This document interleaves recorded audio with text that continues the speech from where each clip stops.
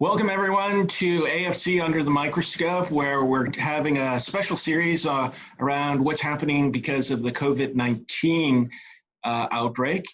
I got with me Ray Horan, CEO and founder of Emotics, a RegTech here in Hong Kong. You've been getting quite a bit of publicity. Just wondering, good morning or good afternoon, Ray. Thanks for joining our short series here. Emotics does a variety of things around facial recognition, artificial intelligence to kind of verify what users are doing. Are they paying attention? You know, it's in the testing space and a variety of other things that catch cheaters or things.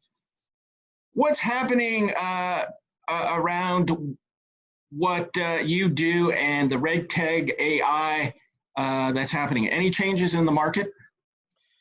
Scott, good to see you.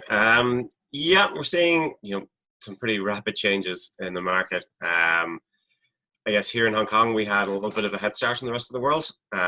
So February was obviously pretty tight for us. Everything locked down, but in March things are certainly starting to pick up again. It's very much kind of a pre-COVID and during COVID mentality. Clients we've been speaking with prior to this kicking in, everything's on hold. They're not really moving forward. But people we've started speaking to over the last kind of couple of months, we've had this real kind of shift in paradigm, and they're approaching things with a completely different mindset. Particularly with the shift we're seeing with work from home, and just the virtualization of things. And yeah, it's definitely changed the way people are looking at things and looking at what we're doing. So, in working remotely and a variety of things around what people are doing, what kind of risks are coming out? You do a lot of analytics for compliance. What do you see happening? What kind of risks? What kind of new trends? So for us, the biggest shift has been the focus on cybersecurity. And that's where we're getting all our traction right now, is around cybersecurity training.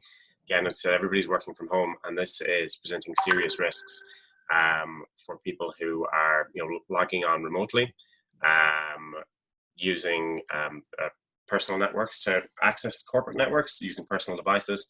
So this is presenting a lot of attack vectors for cyber criminals to take advantage of.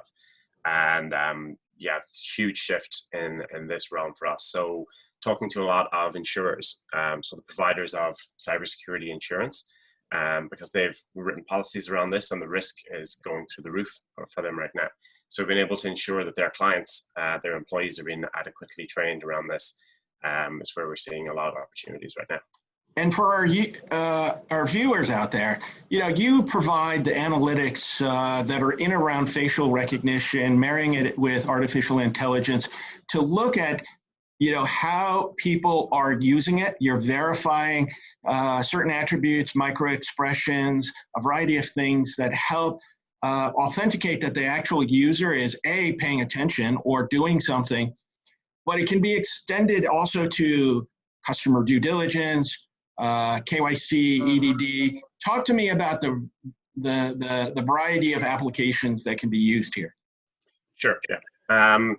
I guess probably what people are most familiar with on the facial recognition side of things is that KYC and virtual KYC, remote onboarding of new clients and customers. That's really one of the most valuable use cases that we're seeing in the application of this process. And here in Hong Kong, we were seeing with the virtual bank licenses that have just been issued, the first banks are starting to come online now. It's really facilitating that entire industry using facial recognition technology there.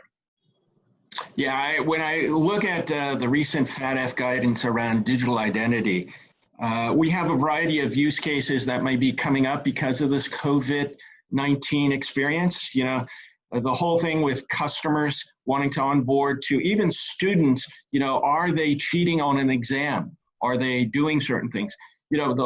This whole experience is reaffirming, this digital experience needs to be done more robustly. And I guess you have the technology that now checks people, their expressions, and a variety of things that can validate identity. Yeah, exactly. And we're seeing a rapid shift from regulators as well. So here in Hong Kong, the Hong Kong Insurance Authority have a discussion paper out at the moment about mandating continual ID verification for e-learning, for CPD training, all that kind of thing. And I think we're going to see a rapid increase in those kind of requirements from some of the other regulators here in Hong Kong and most likely globally as well.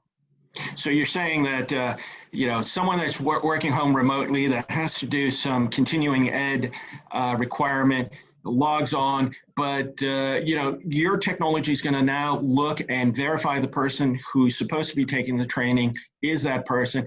And more to the effect, you're going to look and examine their micro expressions to see, are they actually doing the test? Are they paying attention? And you have a bunch of attributes that can do a bunch of data analytics to improve the effectiveness of the training, I guess. That's it, exactly. And we hear stories all the time, particularly when people are at home, and this is becoming more prevalent now when they have to do this kind of upskilling and training, putting it on in the background and then just wandering off and making dinner while it's still playing. So making sure people are actually paying attention, paying attention, getting engaged, actually learning what they're supposed to learn, and getting those overall better outcomes, reducing issues with misconduct within financial services. Because I think, as we all know, there's some issues there, and it's caused some reputational damage to the industry, and hundreds of billions in fines. So really helping to drive that shift around culture and conduct. Does this accelerate the whole e-learning ecosystem?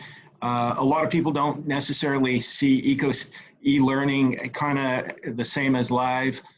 Does this push a whole new set of priorities now? Absolutely. And the evidence we have from this comes from one of our partners, Intuition. They're the largest global provider of compliance training for financial services.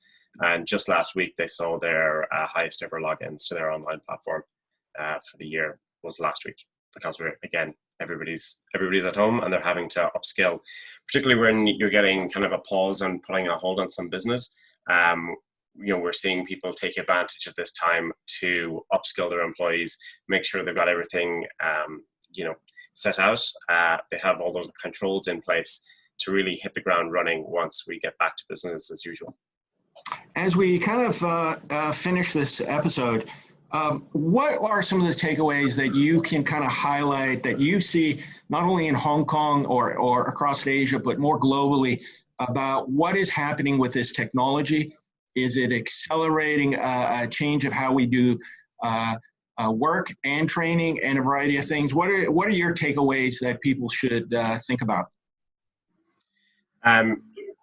Yes, I mean, we are seeing a really big shift in this space right now. As you said, corporates, universities as well, schools, Zoom, which we're on right now, is seeing a massive uptick, and we're seeing solutions plug in on top of these various video conferencing, particularly using artificial intelligence and the insight that can be gained from that, analyzing everything from video like we do to voice to text translation, transcription, a lot of these services, and they're really starting to come to the fore. And because of the situation we're in, people are really seeing the necessity for these, and it's really starting to drive a lot of uptick. Well, thank you for your time today, Ray. Appreciate that. Hope to talk to you soon. Stay safe, my friend, and we'll come back to you as things develop in our conferences. So thank you again for joining us in this interview. My pleasure. Thank you, Scott.